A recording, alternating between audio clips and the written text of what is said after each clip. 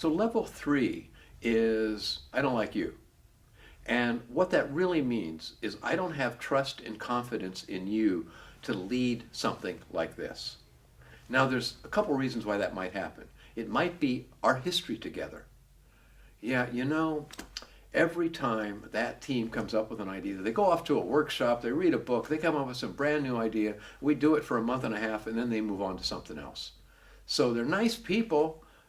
I enjoy having lunch with them, but man, I don't want to follow them anywhere because they lose track and they don't give us money and blah, blah, blah, blah, blah.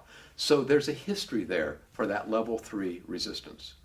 But it could also happen and have nothing to do with you personally, but have everything to do with who you represent. Right? So I'm an American. When I work out of the United States, in countries, say, like Denmark, I know that people in Denmark and the rest of the world are not wild about having American consultants come in. Oh yeah, here they come again, those know-it-alls. And they're going to tell us, what we would do if we were only brighter, if we only lived in America. Now, I know that's the perception. I don't think that's the way I am, but I better have a way to deal with that. And by the way, that could also be you're from the HR department and you're trying to influence IT, or IT is trying to influence the rest of the organization, or the region is trying to influence headquarters. It can happen in any ways. But for me personally, it's in my best interest to try to find a way to demonstrate that they can trust me. I cannot come out and say, oh, by the way, I'm different than those other consultants, trust me.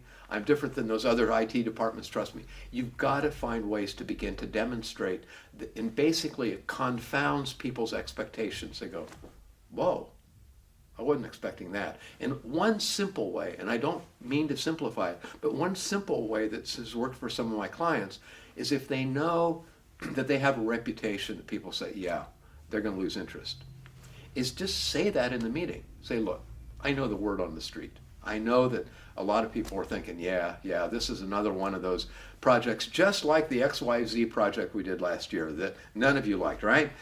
Okay, so you think that we're going to forget about it in a month. And I don't blame you. But in 2 weeks, here's what you're going to see.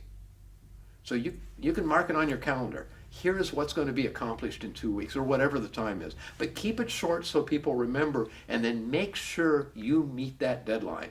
Because you've got to do something, and doing something small is a good first step, but do something so people, whoa, it's new here. Level 3, by the way, I believe is the most important level. People will give you the benefit of the break on facts and figures. They'll even override their own emotional concerns if they fully trust you. If you start to abuse it, then it's going to move over to the negative side. But I wish you well. This is a tough one, and it's one worth paying serious attention to.